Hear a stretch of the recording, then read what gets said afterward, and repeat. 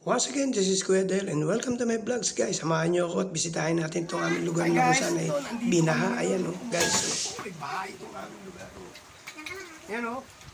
Nilabot ng malakas na unos. Ayan. At mga bata, kawawa. Pinasok yung mga bahay. Ayan o, nakakawa. Pati yung mga tubig baka madumi dahil gawa lang sa dumi ng daga. Baka ma-leptospirosis tayo kaya kailangan mag-ingat din, lalo tigit ito mga nakatira dito sa kagaya namin. Ayan.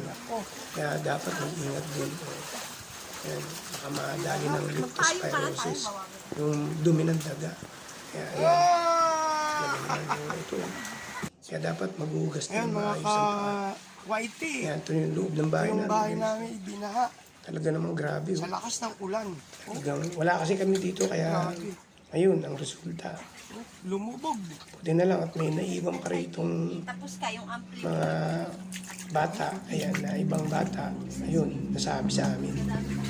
So, ayun, grabe, Pati laki ng yung taas din ng tubig.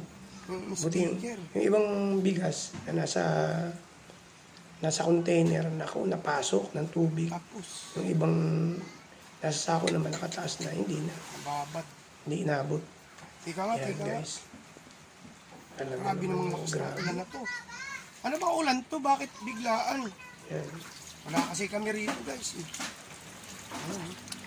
Kakaiba itong nangyaring lakas na naman, parang undi. Ganito rin halos yung pero Biglaan. yung sa undi kasi dire-diretso yun. Ito sandali lang pero ang bilis ng pagtaas ng tubig. Maraming salamat sa panonood at sana ingat po ang lahat. Bye-bye!